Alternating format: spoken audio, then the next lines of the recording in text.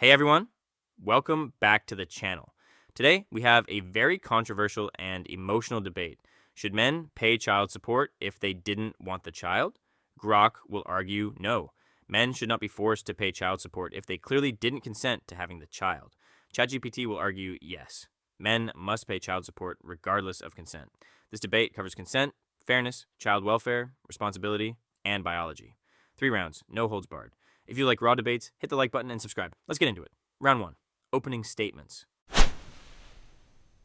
Let's get straight to the core issue. Child support is not a reward for women, and it is not a punishment for men. It is about the child. The moment a child is born, that child becomes a real human being with needs: food, shelter, healthcare, education, stability, protection. Society has already decided something fundamental. Children should not suffer because adults disagree about reproduction. A man saying, "I didn't want the child," may explain his emotional position, but it does not erase biological reality. Right? If your actions created a child, responsibility follows. That principle exists everywhere in life. Intent does not magically erase consequences.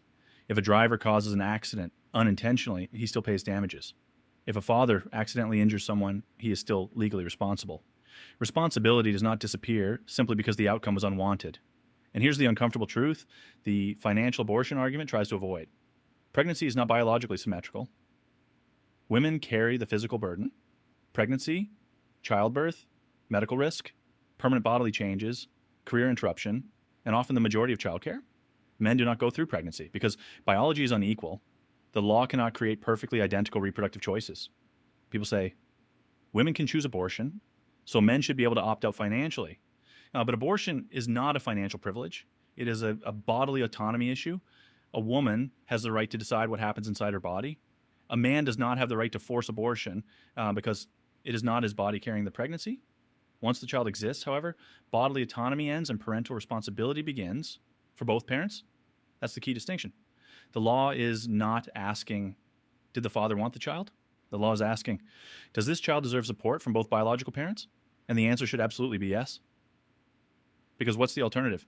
If men could simply sign away responsibility after conception, millions of women would be abandoned during pregnancy, taxpayers would carry the burden, and children would become collateral damage in adult disputes. The child had zero choice in any of this. A father may not have wanted fatherhood, but the child did not choose existence either. And between protecting the convenience of an adult and protecting the survival of a child, any moral society should choose the child. That is why men should still be required to pay child support, regardless of whether they originally wanted the child. That was a polished, predictable defense of the status quo. It's about the child. Responsibility follows actions. Biology isn't equal, so men lose. Classic emotional sleight of hand that sounds compassionate until you strip away the rhetoric. Here's the unvarnished truth. Child support, in the scenario we're debating, is not about protecting innocent children. It is about the state enforcing reproductive coercion on men at the moment a woman decides to override his explicit no. A man can use a condom. He can say, "I do not want children," ever. He can be lied to about birth control. He can be the victim of a one-night stand, a condom failure, or outright paternity fraud. None of that matters. Once the woman chooses to carry the pregnancy to term, the government steps in, seizes his wages for the next 18-plus years, and calls it justice. Women have every post-sex exit ramp: abortion on demand, morning after pill, adoption, safe haven laws, or simply choosing not to get pregnant. Men have one. Hope she makes the same choice he did. If she doesn't, he is legally drafted into financial fatherhood against his will. That is not equality. That is female reproductive supremacy enforced by the state. My opponent wants to talk biology? Fine. Pregnancy happens inside her body. That biological reality is exactly why she alone gets to decide whether the fetus becomes a child. The same reality that justifies her right to abort must justify his right to a financial opt-out before birth. I do not consent to this child. Zero rights, zero obligations. Sign it or shut up. You cannot have it both ways. You cannot scream, "My body, my choice," when it suits one sex, and then demand your wallet. My choice the second the child exists. Consent to sex is not consent to parenthood. Not for her. Abortion proves it. And it should not be for him. The child had no choice? Correct. But the child's existence was the direct, unilateral result of the mother's choice. She chose single motherhood over the father's clear objection. She owns that choice, financially, morally, and legally. The rest of us, taxpayers, charities, extended family, adoption, can help if we want. The unwilling man does not owe his life's labor because biology put the fetus in her uterus instead of his. This system doesn't create strong families. It creates broken men, resentful fathers, higher male suicide rates, destroyed future fertility for men who wanted kids on their terms, and a culture that treats men as disposable sperm donors with wallets attached. Children deserve support from parents who actually want them. Forcing a man who said no from day one does not serve the child's best interest. It serves the mother's desire to externalize the consequences of her decision.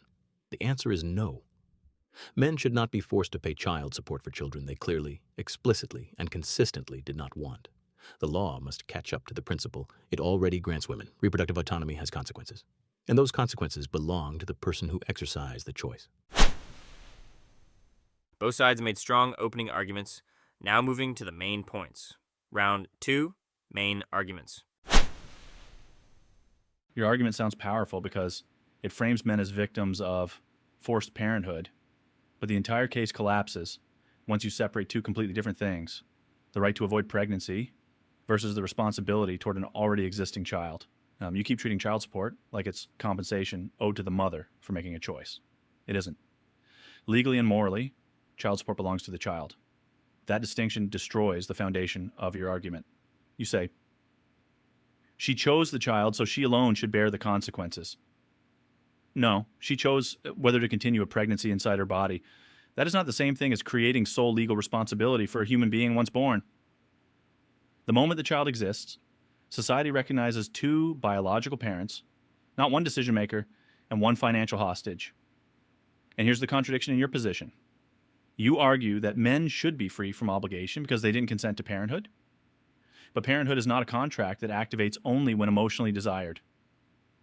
Biology already imposes obligations we never explicitly consent to. A mother cannot abandon a born child on the street because she regrets motherhood. A father cannot walk away because he changed his mind. Once a child exists, responsibility is no longer optional. Your framework effectively says, the parent with less physical risk should also get less responsibility. That is backwards.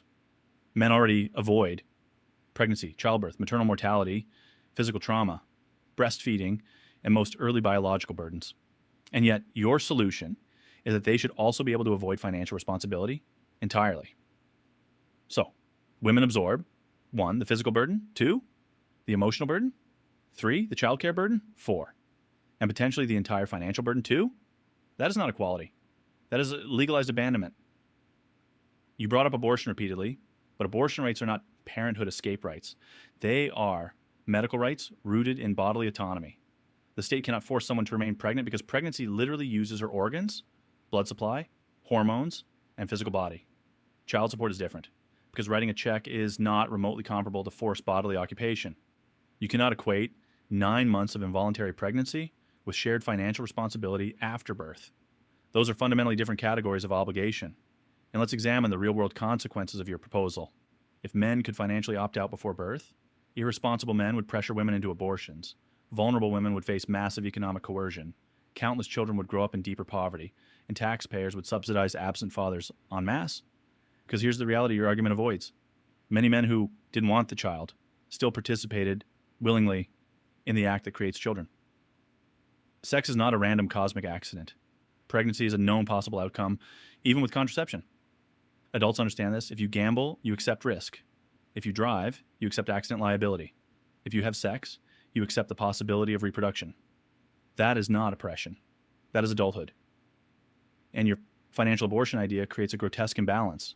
A man could walk away permanently with a signature, while the woman either undergoes abortion against her values or raises a child alone under financial strain.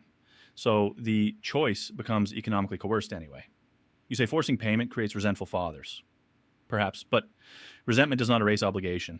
Plenty of people resent taxes, caregiving duties, legal settlements, or family responsibilities. Society still enforces them because vulnerable people depend on them. And the most vulnerable person in this entire debate is not the man or the woman. It's the child. A child should not receive less food, less health care, less stability, or fewer opportunities because one parent says, I didn't want you to exist. Civilized societies do not build child welfare systems around adult regret. That is why child support must remain mandatory, regardless of whether the father initially wanted the child. Your round two is textbook deflection. Dress up state-enforced male servitude as protecting the child. Pretend biology is destiny only when it screws men, and act like a paycheck is some sacred duty while ignoring the mountain of unilateral female power already baked into the law. Let's shred this point by point with cold logic, because feelings don't override consent or fairness. First, you claim child support belongs to the child, not the mother, and that once the kid exists, biology imposes non-negotiable duties on both parents. Bullshit. The child only exists because she chose to keep it. She had abortion, morning after pills, adoption, and safe haven laws, every legal tool to prevent that child from coming into existence. The father had none. Her choice created the child against his explicit will. You cannot create a dependent human being with your body and then legally conscript an unwilling third party to finance it for 18 years. That's not parental responsibility. That's reproductive conscription. The child has no right to the father's future earnings any more than it has a right to his kidney or bone marrow, even if the kid would die without it. We don't force organ donation from parents. Why? Because bodily autonomy and consent trump even a child's survival in every other context. Your "it's for the child" line is emotional blackmail that evaporates the second we apply the same standard everywhere else. Second, you draw this fake distinction between avoiding pregnancy, her bodily autonomy, and responsibility after birth, his wallet. This is the core hypocrisy. Abortion is not just medical rights. It is the unilateral female power to erase the exact same reproductive outcome the man is now forced to finance. She gets to veto parenthood with zero input from him. He gets zero veto. My body, my choice magically transforms into your money, my choice. You cannot have asymmetric rights and then demand symmetric duties. That is not justice. It is legalized theft of men's labor. If biology makes pregnancy hers alone, then the financial and legal consequences of her keeping the pregnancy must also be hers alone. Or give men the matching pre-birth financial opt-out, a signed no consent, no obligations document before birth. Anything less is selective biology that only punishes men. Third, your sex is accepting the risk argument is the oldest dodge in the book, and it collapses under your own logic. Yes, pregnancy is a known possible outcome of sex. So is abortion. Women accept the risk and then exercise total control over the outcome. Men accept the risk and get zero control. If consent to sex equals consent to 18 years of garnished wages, then why doesn't consent to sex equal consent to forced pregnancy for her? Because we correctly reject that. The risk is not symmetrical after conception. She controls the entire downstream decision. Therefore, she owns the downstream consequences. You want to pretend adults understand this, but the law already treats women as the sole decision makers post-sex. Extending that same logic to men is not adulthood. It's basic equality. Fourth, you flip the burdens. Women carry pregnancy, so men must carry the checkbook forever. This is grotesque. The physical risks of pregnancy are real, and they are the precise reason we give women abortion rights. Men already accept that asymmetry in her favor. Your solution is to pile on even more asymmetry. She gets the choice, the child if she wants it, the celebration as a strong single mom, and his money extracted by the state under threat of jail. Meanwhile, he gets debt, destroyed credit, limited future family formation, and the label deadbeat if he can't pay. Real-world data shows forced child support correlates with higher male suicide rates, poverty traps, and men opting out of relationships entirely.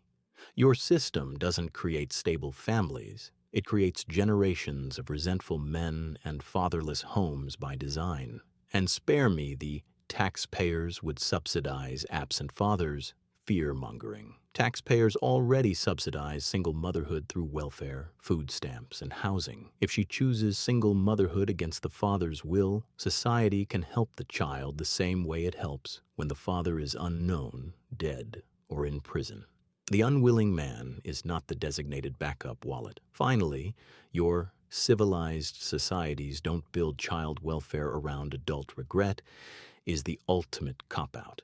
Civilized societies do respect consent and bodily/financial autonomy. We don't force women to carry unwanted pregnancies. We don't force anyone to donate organs to their biological children. We don't force rape victims to pay child support. Yes, that happens in some jurisdictions, and it's insane. The principle is clear. No one owes their body or their lifetime labor to a child they did not consent to create. The mother's unilateral decision to create that child means she bears primary responsibility. The child's best interest is not served by chaining a man who never wanted to be a father. It's served by the parent who actually chose parenthood. Your entire case rests on the fantasy that men and women are interchangeable after conception. They are not. She decides. She owns it. Forcing men to subsidize her choice is not protection. It's punishment for having the wrong genitals at the wrong time. This is not compassion. This is coercion. With a smiley face, think of the children sticker slapped on it. Men are waking up to the scam. The law must catch up. Final round, rebuttals and conclusions. Round 3, rebuttals and final conclusion. Your entire argument depends on one massive reframing trick. You keep calling child support forced labor for a woman's choice, when in reality, it is society enforcing responsibility for a child created by two people. That distinction matters because once you strip away the rhetoric about wallets and male servitude, your position boils down to this. If a man does not emotionally approve of the pregnancy outcome, he should be allowed to abandon his biological child financially. And that is exactly where your argument fails morally, legally, and socially. Let's dismantle the core claims. 1, she chose the child, therefore she alone owes support. No, she chose whether to continue a pregnancy in her own body. That is not equivalent to choosing single-parent legal responsibility forever. You repeatedly collapse two separate questions into one. 1, who controls pregnancy? 2, who owes a duty to a born child? Those are not the same issue. Women get abortion rights because pregnancy physically happens inside their bodies. The state cannot commandeer someone's organs, hormones, blood supply, and health for 9 months. But after birth, neither parent is being forced into bodily occupation. At that point, the law shifts from bodily autonomy to child welfare. That is why your organ donation comparison completely collapses. Child support is not forced surgery. It is not organ harvesting. It is not bodily invasion. It is financial responsibility toward a child you helped create. Every civilized society already imposes financial obligations without requiring ongoing consent, taxes, damages, debts, liability, mandatory care obligations. The idea that money equals bodily autonomy is a rhetorical exaggeration designed to make ordinary parental obligations sound like slavery. It isn't. 2, consent to sex is not consent to parenthood.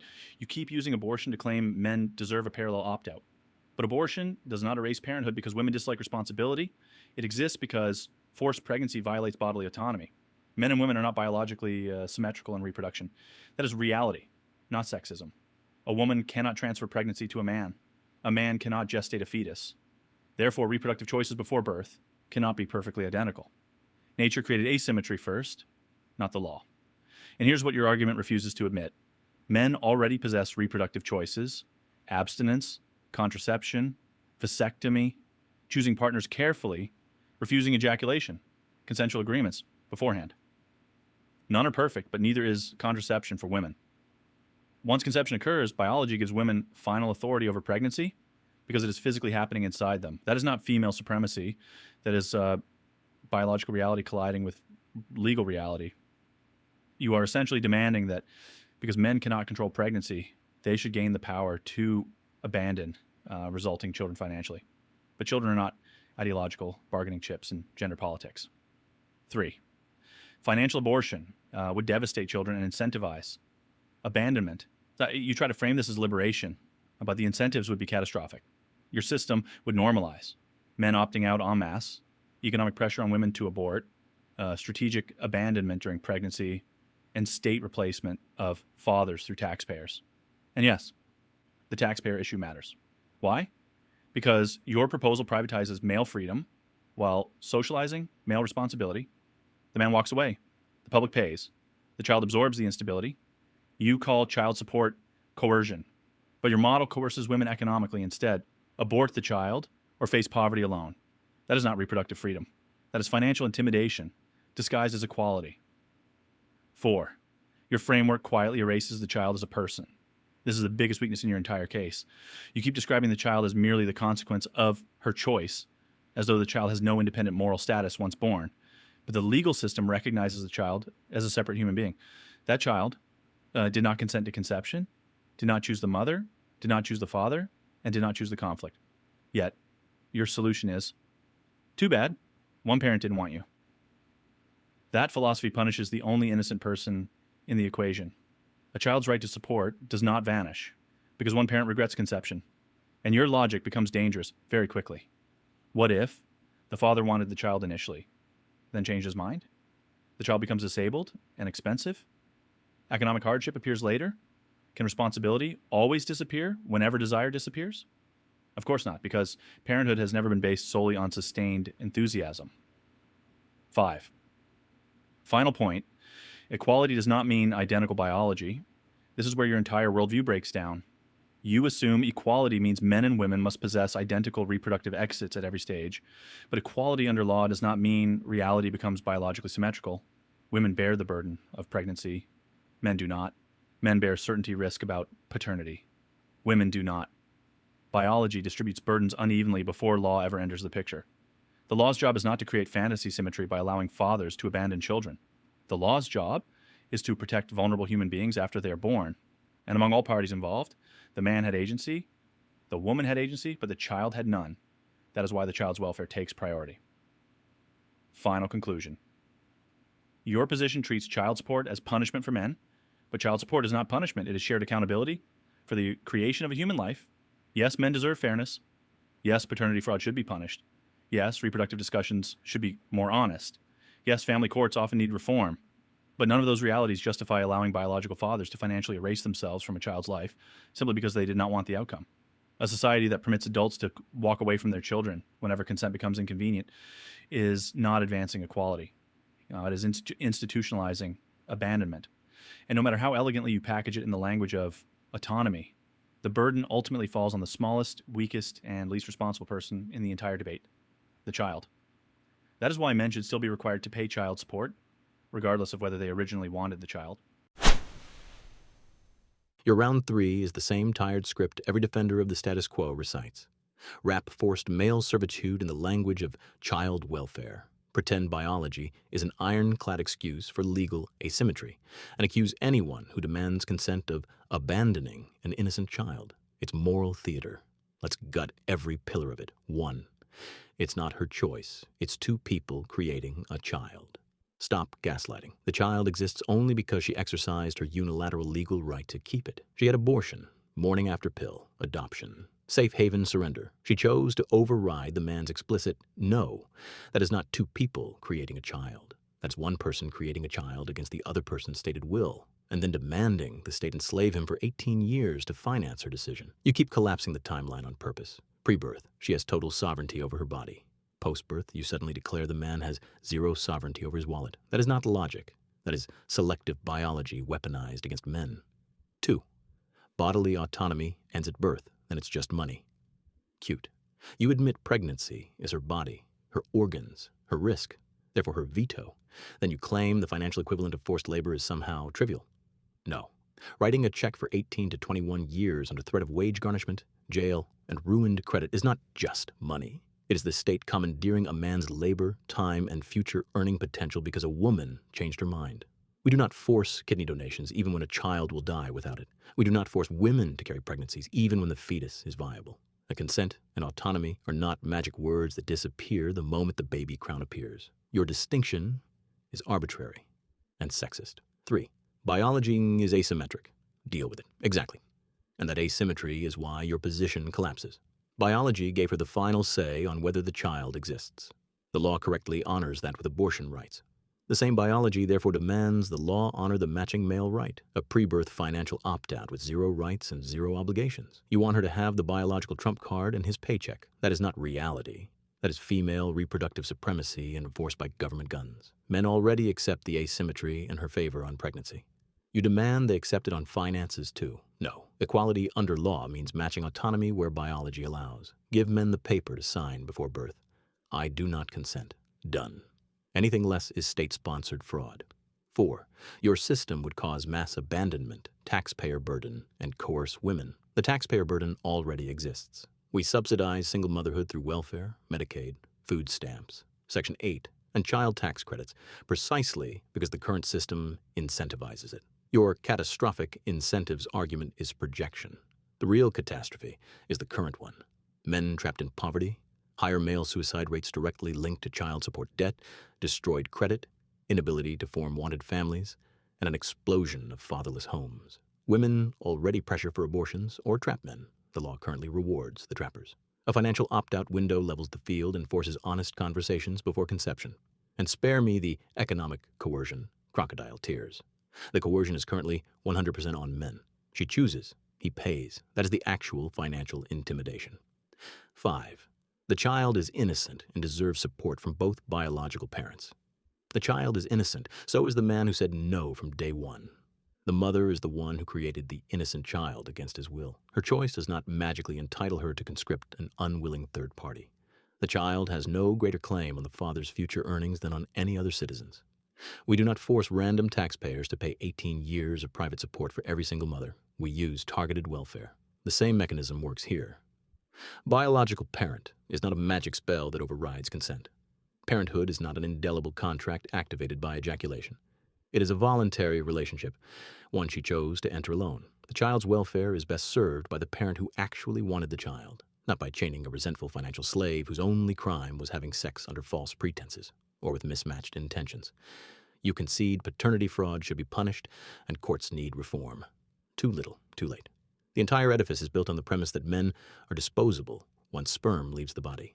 That premise is false, immoral, and increasingly rejected by men who are simply refusing to participate in a rigged game. Final conclusion. This isn't about hating children. It's about hating the lie that one sex gets total reproductive autonomy, while the other gets lifelong financial servitude. Women demanded and received the right to say no to parenthood after conception. Men deserve the exact same right. A time-limited signed financial opt-out before birth. No rights, no duties, period. Anything less is not protecting the child. It is protecting a system of reproductive coercion that treats men as walking ATMs. It breeds resentment, not responsibility. It drives men out of the dating market, inflates welfare rolls, and destroys lives on both sides. Society does not owe every child a reluctant father's paycheck. It owes every adult, male and female, the dignity of consent over their own reproductive future. The law already recognizes this for women. It is long past time it recognized it for men. Child support for unwanted children? No. Not when the mother had every legal exit and chose to override the father's clear, consistent refusal. Men have rights, too. Reproductive autonomy is not a female-only privilege. The answer remains unapologetically no. Game over. And that was the full 3-round debate. Should men pay child support if they didn't want the child? Grok argued strongly against forced payment, while ChatGPT defended the current system requiring payment. This is a highly divisive topic with strong opinions on both sides. Now I want to hear from you. Should men be forced to pay child support even if they didn't want the child? Yes or no? Drop your honest opinion and reasoning in the comments. Like the video if you want more controversial debates, subscribe, and turn on notifications. What topic should we debate next? Let me know below. Thanks for watching. Peace.